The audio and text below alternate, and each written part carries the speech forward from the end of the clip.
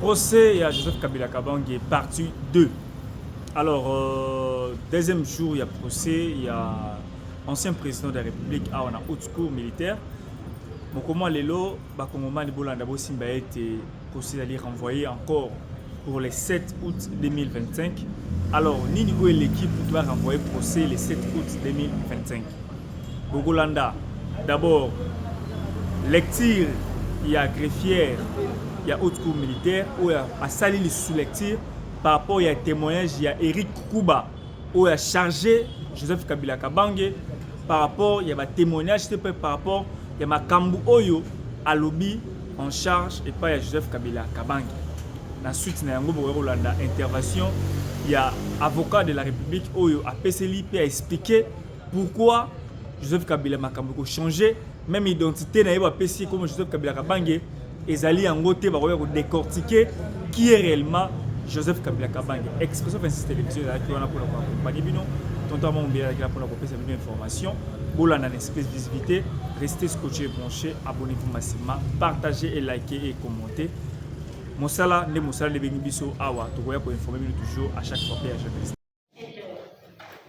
Nous, général de brigade Johnny Kinabouya, officier de police judiciaire à compétence générale en République démocratique du Congo, nous trouvons à notre office de l'état-major renseignement 6 avenue Bokolo numéro 10 dans la commune de Ngalien, comparé dénommé Kouba Sikabangu Eric, alias Malembe, né à Kibati le 24 avril 1962, fils de Bikaï de Sédé et de Yamura Sourta,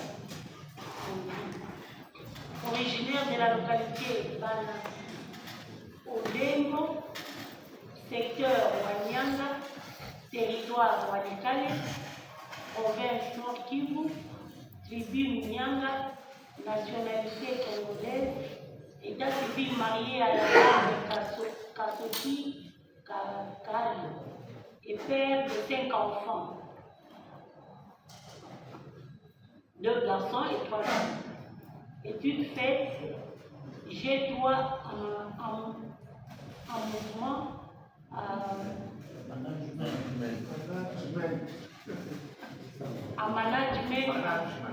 management à Nairobi. Ok. Profession libérale. Adresse numéro 12, quartier Mabanga, à Karitime. Téléphone 081 86 70 66. Confession religieuse protestante, langue parlée, français, swahili, lingala et anglais. Lequel répond à nos questions en français, langue de son choix, en ces termes. Avez-vous des antécédents judiciaires ou sécuritaires connus? Ok.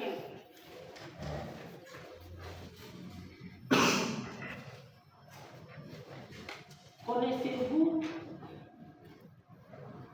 le motif de votre présence devant nous? Oui, parce que je suis membre de l'AFC, qui n'est autre que l'Alliance Fleuve Congo. Depuis quand avez-vous intégré cette coalition de l'AFC et quelles fonctions avez-vous? J'ai intégré cette alliance en date du 15 décembre 2023 à Nairobi, au Kenya. Je suis le conseiller du coordonnateur de l'AFC. Qui ont créé l'AFC ou qui sont les membres créateurs de l'AFC? L'initiateur, c'est M. Corneille Nanga. Les membres fondateurs sont les responsables des groupes armés, sont des chefs militaires et politiques. Pour cela, je cite. Pour le M23, il y a M.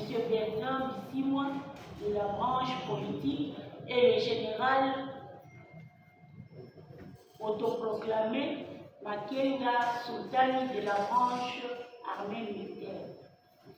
Pour le groupe armé Twirwaneho, il y a le responsable politique qui est le docteur Freddy Kaniki, médecin aux États-Unis, et pour la branche militaire, le colonel Makanika. Ce sont les deux groupes armés qui ont intégré la coalition en date du 15 décembre 2023.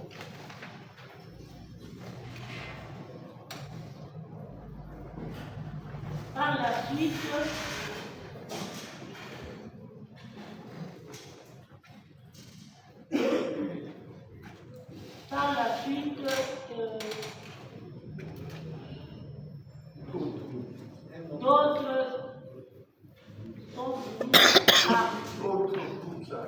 d'autres groupes armés sont venus intégrer l'acte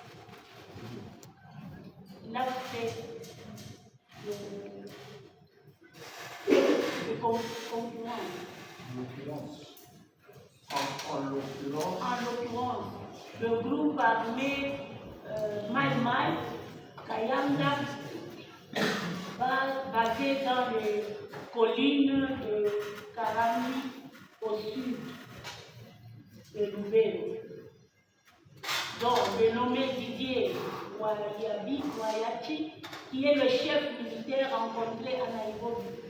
Le groupe armé du général autoproclamé Kabido, dont nous avons discuté avec le nommé Désiré Ngabo Kisuba, qui était accompagné avec M. Efraim Kabacha et Raoul Soukouli, rencontrés à Kigali. Le groupe armé NDC du général autoproclamé Guidon Chimiraï, dont nous avions discuté avec M. David Koubouya, que nous avons rencontré à Kigali avec M. Obed, non autrement identifiés. Tous deux sont des tribus Nyang. Nous avons aussi rencontré le colonel Kakouye Sikou, La Fontaine, qui représentait le groupe armé Fareko, qui n'a plus de troupes. Nous nous sommes rencontrés à Nairobi. Aussi, nous avons fait intégrer certains groupes armés du Sud Kivu, en l'occurrence le groupe armé de M. Jacques Nalouoza, du groupe Bilonze Bishamuki. Il était avec M. Lutula. Le groupe armé de M. Kibutila et Butela, représenté par M. Microbe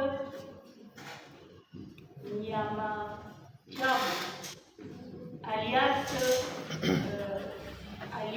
Microbe. Il vient de signaler que nous nous sommes rencontrés avec tous les représentants à Kigali au Rwanda.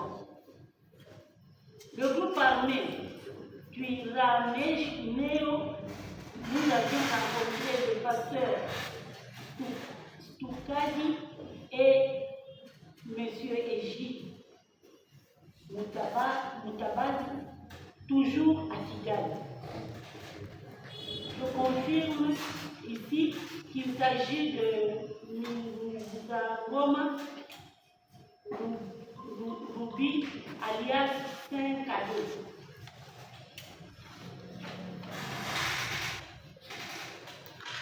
En Ituri, nous avions consulté le groupe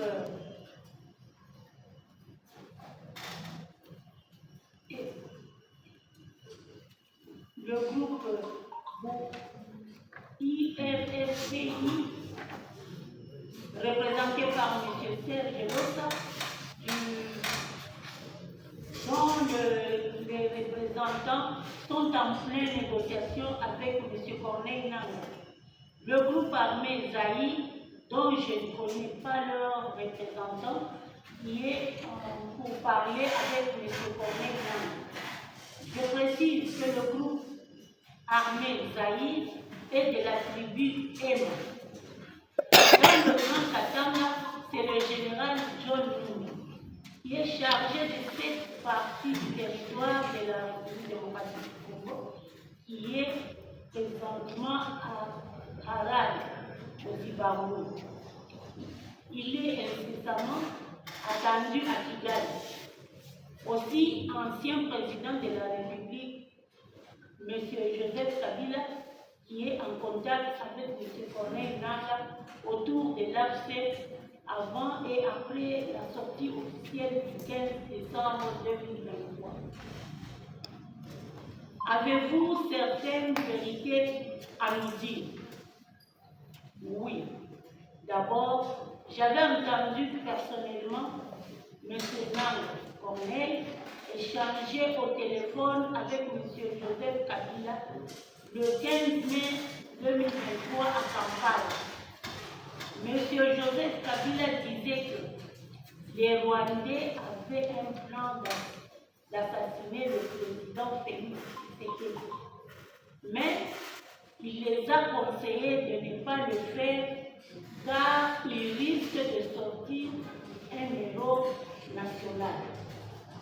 C'est mieux de faire un coup d'État pour le faire partir dans le calme. Aussi, M. Joseph Kabila avait demandé à Nanga de continuer à narguer le gouvernement de la République démocratique du Congo en étant toujours dans l'actualité.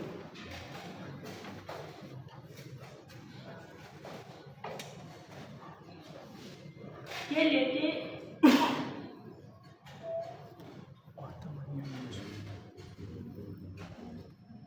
le scénario? D'abord, j'avais deux plans. Premièrement, le mouvement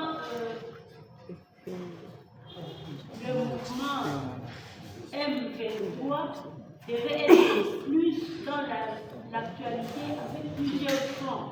Au nord Kivu, puis un autre groupe armé actif devait naître au sud de Kivu et au Grand Katanga. En ce moment-là, l'état-major FARDC devrait y envoyer plus de militaires et de garnir la ville de Kinshasa. C'est ainsi que les militaires rwandais qui sont présentement cantonnés au nord du Togo pourraient entrer par Congo-Brazza. Aussi, les mercenaires somaliens passeront par Congo-Brazza en passant par Bouzi dans le Congo central, car d'autres militaires en passant par Luozi dans le Congo central, car d'autres militaires rwandais sont basés à Mindouli, territoire voisin de Luozi. Je tiens à vous alerter que le Congo-Brazza fait le malin de ne pas trop apparaître dans la scène. Mais c'est lui qui sera le passage de ces militaires rwandais et somaliens. Deuxièmement, M. Joseph Kabila et le général d'armée John Numi ont certains militaires de FARDC qui leur sont restés fidèles, que je ne connais pas leur identité. Ces derniers seront mis aussi en mouvement au moment opportun pour le coup d'État. En outre, le général d'armée John Numi ne jure que de la sécession du Katanga. Il n'a pas tellement l'idée de prendre toute la République démocratique.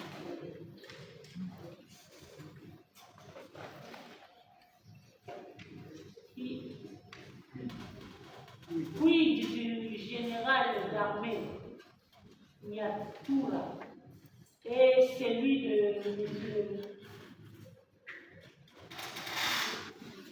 Gédéon Kayumbu Moutang. En effet, ce n'est pas dans l'accès, mais le général est autoproclamé Domi et M. Delta sont en train de rejoindre les AFC. Ils sont en pourparlers avec M. John Yassel, Sendiou, Rwandais, porteur ou détenteur d'un passeport congolais qui vit en France et fait toujours des mouvements à Kinshasa. Les deux précités veulent se séparer avec le FDLR pour rejoindre l'AFC. Pouvez-vous nous citer quelques politiciens qui sont ou veulent adhérer dans l'AFC? Il y a M. Claudel Lubaya qui est en Europe, M. Albert Chadoué, professeur Bob Kabamba, M. Joseph Olegangoyi, M. Franck Diomo. Pouvez-vous nous citer d'autres pays qui travaillent avec l'AFC? Il y a le Sud-Soudan qui travaille en silence comme le Congo-Brazza, qui facilitera l'entrée des troupes rwandaises et somaliennes venues du Togo via le territoire de Ngozi dans le Congo central. Il y a le Togo, l'Ouganda, le Rwanda et le Kenya qui jouent un rôle très prépondérant aussi à l'extérieur. Il y a une société multinationale américaine du nom de Black Attack,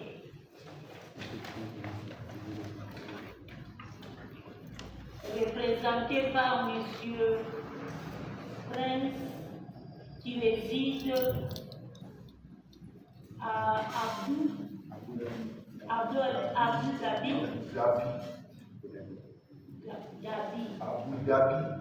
Dhabi.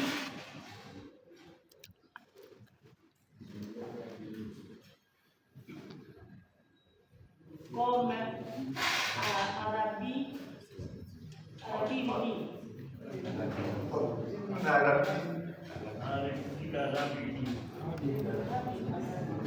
Aux Émirats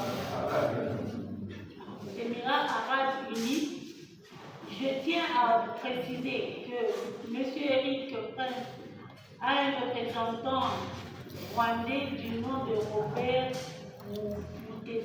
Mutesa, qui réside à Kigali, mais fait des mouvements à Kampala, Nairobi, où il a ses bureaux. Pouvez-vous nous citer les officiels avec qui vous avez eu des contacts dans les pays cités ci-bas? Au Rwanda, nous étions en contact avec le général Jean-Paul Nirutama, qui est le responsable de Nice.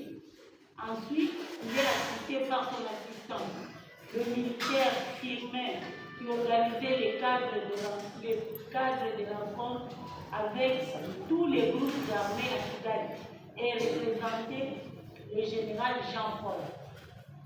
Je tiens à préciser que le général Jean-Paul est chef de la sécurité extérieure de Nice au Rwanda. Aussi, le militaire Firmin était à Kinshasa comme conseiller militaire de l'ambassadeur rwandais en RDC. En Ouganda, nous étions en contact avec le président Yoweri Museveni, ensuite avec son conseiller chargé de la sécurité, l'ambassadeur Otweti, colonel de l'UPG. Ce dernier est toujours assisté par le capitaine Victoria Bouga. Aussi, c'est le fils du président Museveni, le général Muhoozi, qui nous logeait à travers ces services pour plus de sécurité ses appartements en face de Star House, à côté de la présidence. Au Kenya, nous étions en contact avec la dame Sebi, directrice chargée des renseignements extérieurs. Nous étions reçus par le président du Kenya pour quelques minutes. Il nous a laissé entre les mains de la dame Sebi. Ici, je précise que nous étions avec le président Ruto du Kenya. Aussi, nous étions souvent avec des militaires Paluka et Evans qui étaient dans le contingent kenyan au nord Kivu. Au Togo, nous étions été reçus par le président de la République,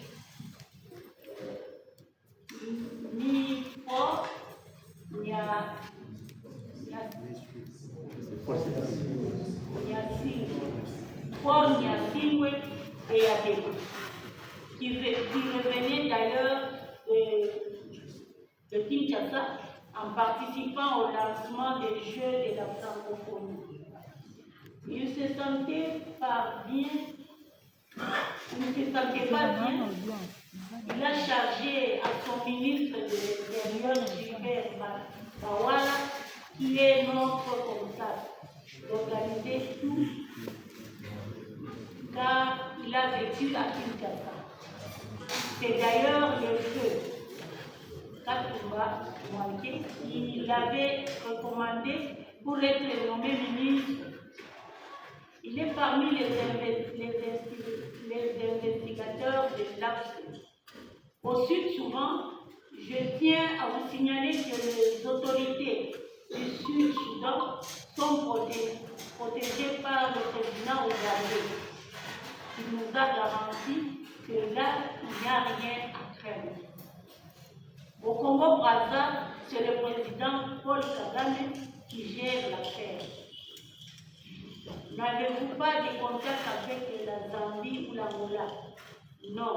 Le général de l'armée, John Numbi, a tenté de nouer des relations, mais sans succès.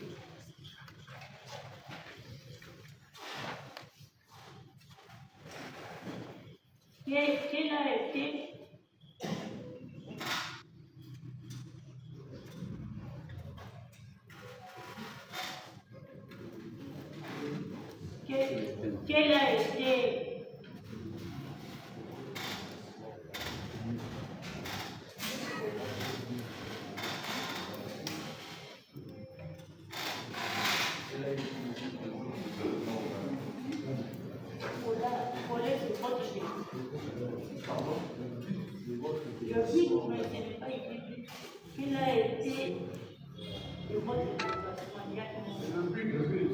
c'est le but de votre déplacement au Ghana. Quel a été le but de votre déplacement au Ghana? C'était pour rencontrer le général Nicole l'Américain.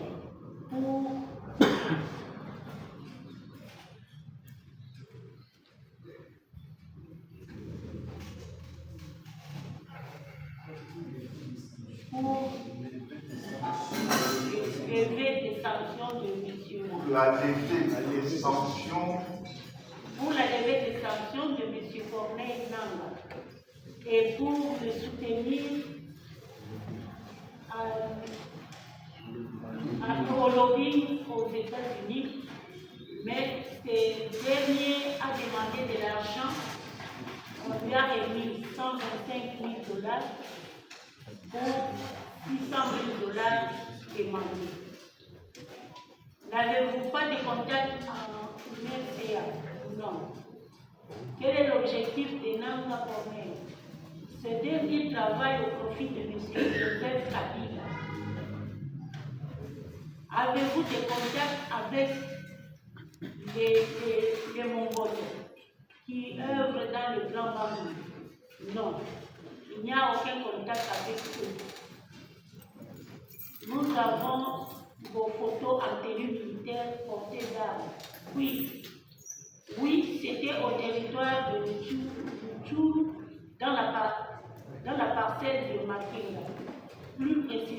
au village de Winangoula,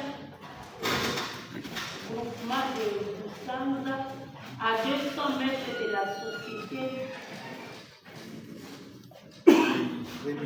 Prémidi, où nous avons pris des photos en portant les tenues et les armes récupérées par Sultani Makenga au FARDC en pleine bataille. La vidéo tournée qui est virale sur la toile où vous étiez avec Corneille Nanga. C'était derrière la parcelle de Makenga Sultan.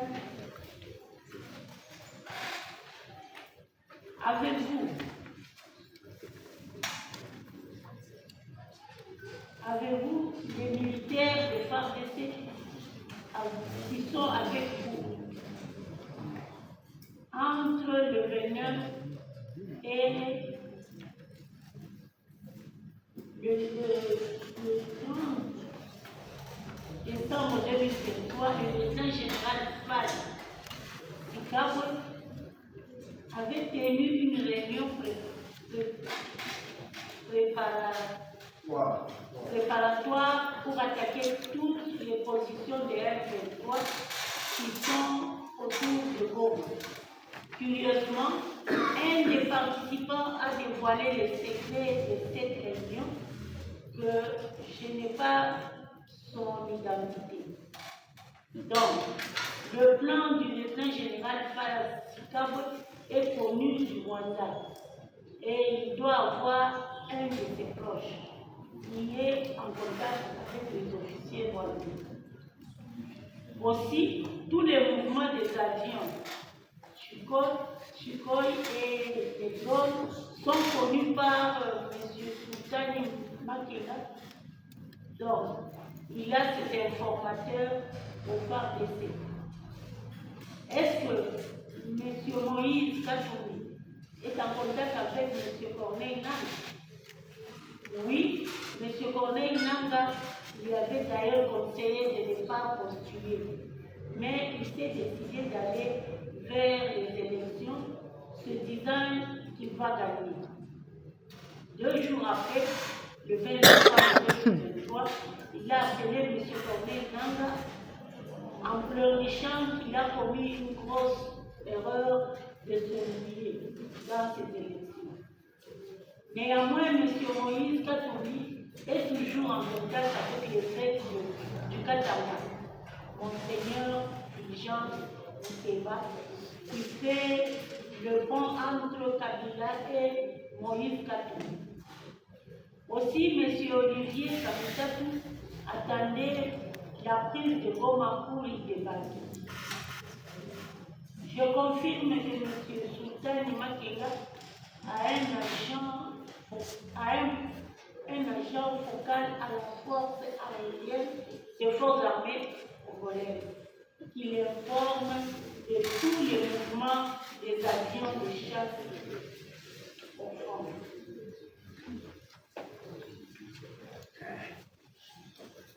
Est-ce que M. Nanga Corneille n'a pas de contact à la police nationale? Non. Avez-vous des conseils à nous prodiguer pour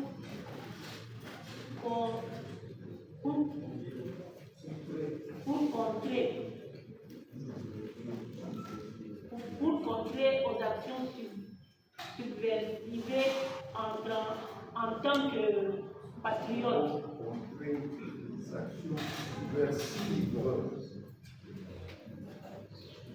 Les actions subversives en tant que patriote. Il faut d'abord réorganiser les Wazalendo, car les Américains ont exigé à M. Corneille Nanga d'avoir l'adhésion de plusieurs groupes armés. Les Wazalendo du groupe armé Nyatura ne veulent pas de la gestion des généraux Padiri et Mayama. Il faut réorganiser les FARDC et ne pas compter sur les mercenaires. Il faut contacter M. Tony Blair, ancien Premier ministre britannique qui domine plus M. Paul Kagame. Aussi, il faut contacter Kondolisi Rise, qui est en contact avec Joseph Kabila. Je demande de me laisser contacter Monsieur Paul. Je vous demande de me laisser Contacter Monsieur McCoy. Monsieur McCoy pour nous proposer un autre projet contraire à celui de Monsieur Nanga, mais également Eric Prince, qui sont mes contacts que j'ai mis à la disposition de Monsieur Nanga. D'ailleurs, le général McCoy vise le gaz du lac Kivu et M. Eric Prince, intéressé au projet forestier et l'agriculture. Quel contact avez-vous avec les officiels du renseignement du Rwanda et de l'Ouganda?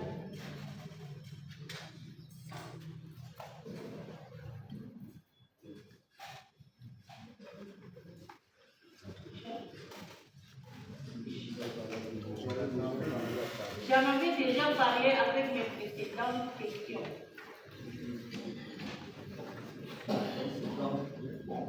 Question. Oui. Allez-y, continuez. Pouvez-vous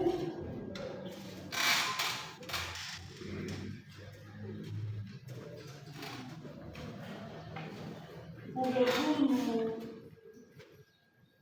citer les noms des officiers de FARDC qui collaborent avec M.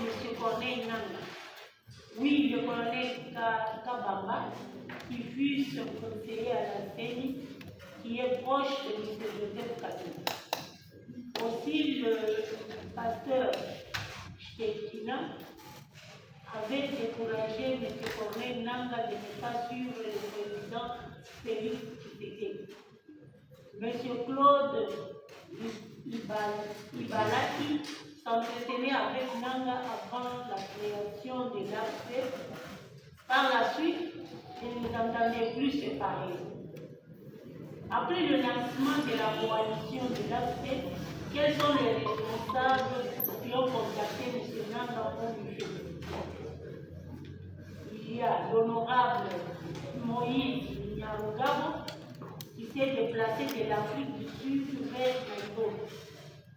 Beaucoup de cadres de FCC, en l'occurrence M. Chagall Emmanuel, Néhémie Muganya, honorable Tambo Mwamba et autres.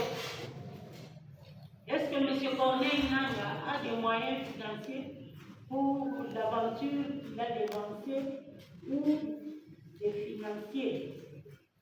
En tout cas, il n'a pas beaucoup de moyens financiers. Il est sponsorisé par le Rwanda et le Kenya qui a promis l'équipement et l'argent.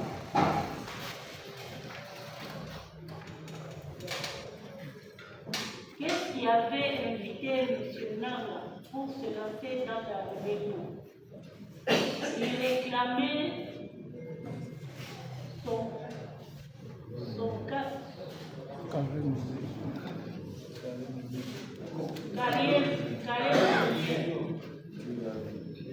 Lui l'a dit. Il s'attendait que le président va lui valoriser ou l'honorer pour le passage pacifique de l'alternance du pouvoir en 2018. Il s'attendait que le président lui achète la maison ou parcelle 6 avenue Colonel Tchatchi, numéro 34, dans la commune de la Gombe, selon les promesses lui faites par cette haute autorité. Qui gère les biens de M. Nanga Corneille à Kinshasa? C'est M. Jean-Claude Kabongo, qui est son beau-frère. Il gérait une bibliothèque à Séoul. Avez-vous autre chose à ajouter? je suis disposée à collaborer avec les services de l'État congolais. Si j'ai oublié quelque chose, je veux me rappeler et comparaître encore. Avez-vous comparé à l'aise? Oui, bien sûr. J'ai dit en tant que patriote. Lecture faite, persiste et signe avec nous le présent PV. L'OPJ. Pouba, Chevan, je jure que le présent PV est sincère.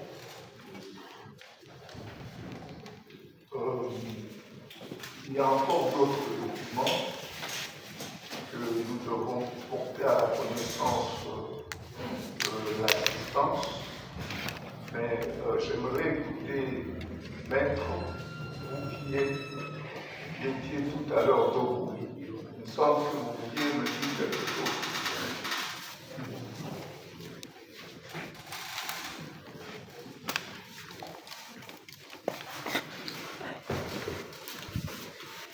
Merci beaucoup, Monsieur le Premier Président de la République.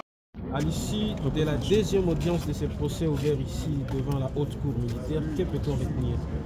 Il faut retenir que la procédure est conforme à la loi et que tout se passe dans les normes, notamment la lecture des procès-verbaux et la projection des preuves visuelles où il y a les messages de M.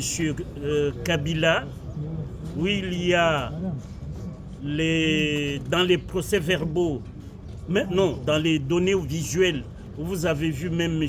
Kika Yabin Karoubi, où nous avons le haut-commissaire des Nations Unies aux droits de l'homme.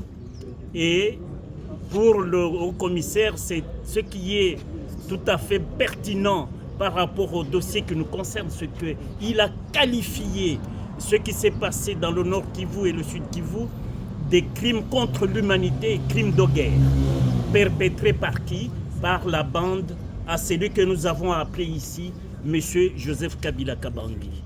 Et c'est pour cela que nous pensons que les choses sérieuses ont commencé ce jour et que les avocats qui n'ont accédé, les avocats de la République bien sûr, comme partie civile, qui ont accédé aux pièces seulement hier, doivent lire ces pièces, les examiner, les éplucher et le 7, nous reviendrons avec la maîtrise du dossier, faire un débat éclaireur et éclairant la justice. Sans l'accuser.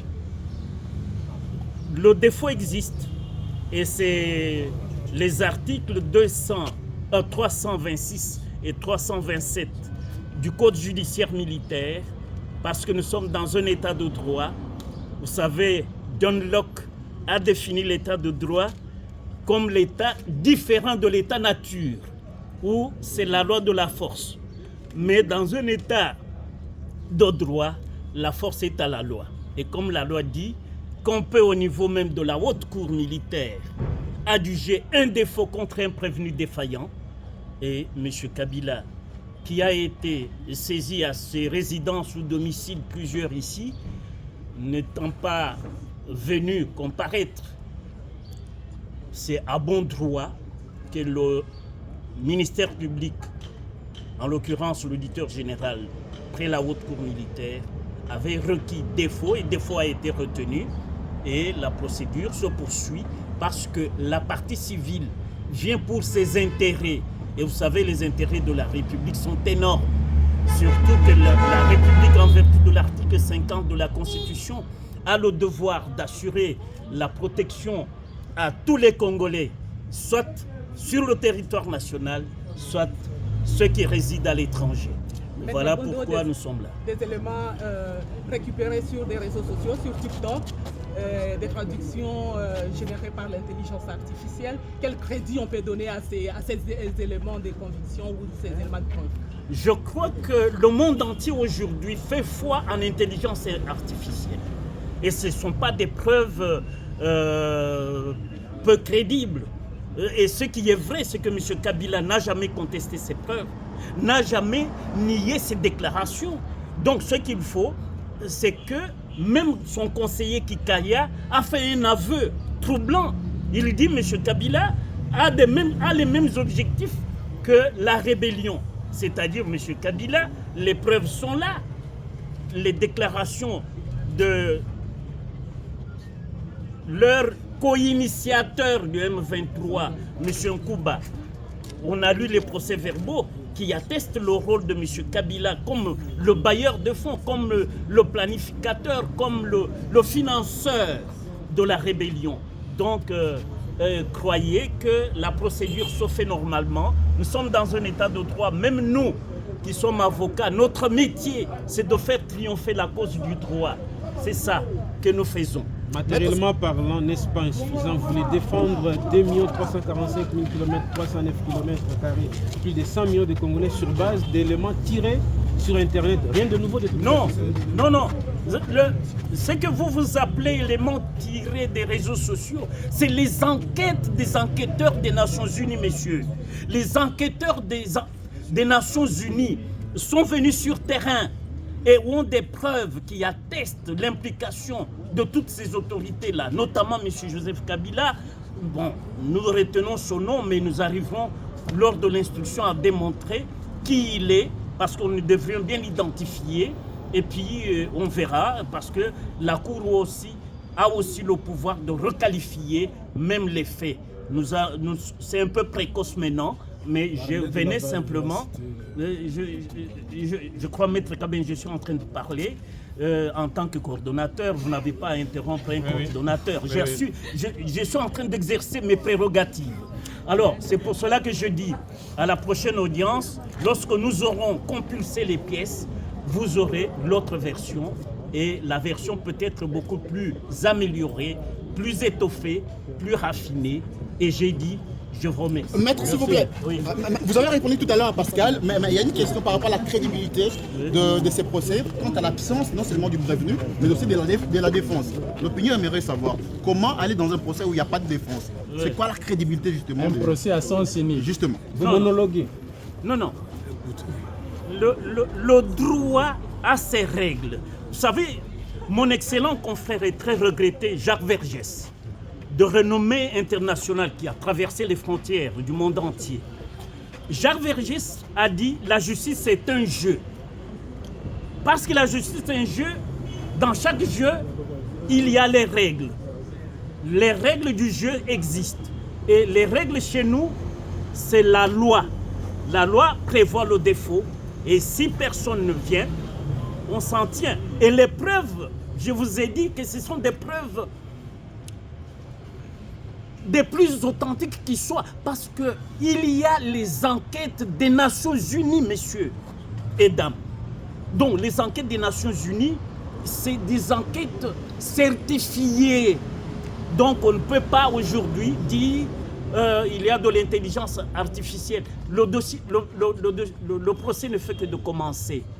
Attendons, donnons le temps au temps, comme disait encore un vieux confrère. De heureuse mémoire, ancien président français. Je peux évoquer l'absence de la défense. Je cite François Mitterrand. Donnons le temps au temps. Merci. La non-maîtrise de la clarté des procès-verbaux et du contenu des projections que nous avons suivies, si nous ne nous concertons pas, nous risquons de ne pas être utiles non seulement à la Cour, mais également à la nation, parce que à la Havane, le 7 septembre 1990, le Congrès des Nations Unies sur le traitement des délinquants et le rôle de l'avocat avait arrêté que l'avocat cessait d'être auxiliaire de la justice, mais un agent essentiel de l'administration de la justice. Et c'est cette norme internationale et universelle qui nous anime aujourd'hui, Monsieur le Premier Président, Madame, Messieurs de la Cour, Monsieur le Directeur Général, pour solliciter une suspension d'audience afin que nous maîtrisions le dossier pour son instruction en vue d'une procédure pénale équitable et que les techniciens ou les grands juristes appellent le due process of law. J'ai dit et je remercie à ce stade de débat, Monsieur le Premier Président. Merci.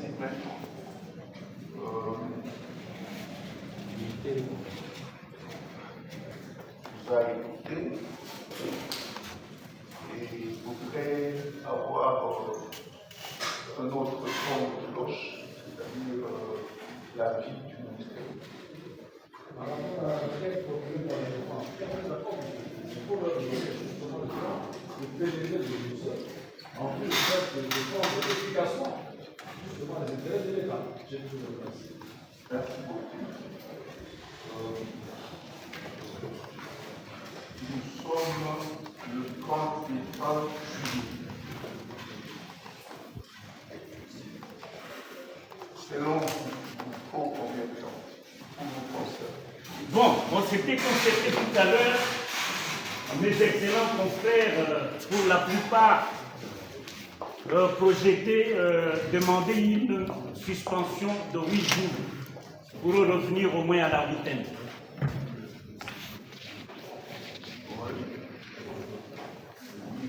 C'est-à-dire, nous revenions le 7. Le 7. Le 7 août. Ok.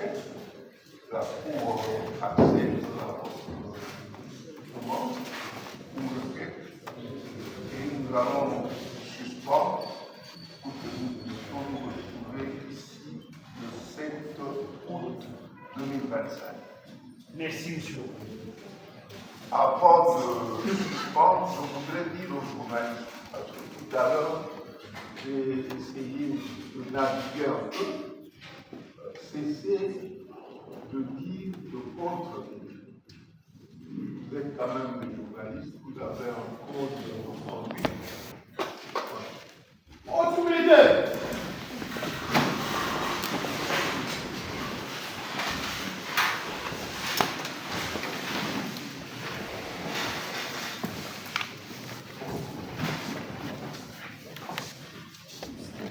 Aligné. Bon. Tombez. Boum. Portez. Armé. Immobile.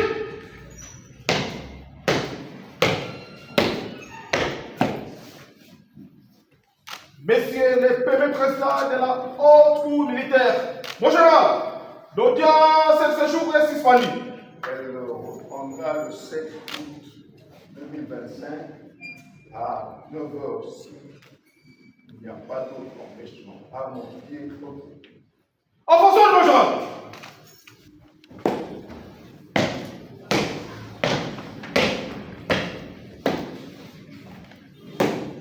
Armo, pied.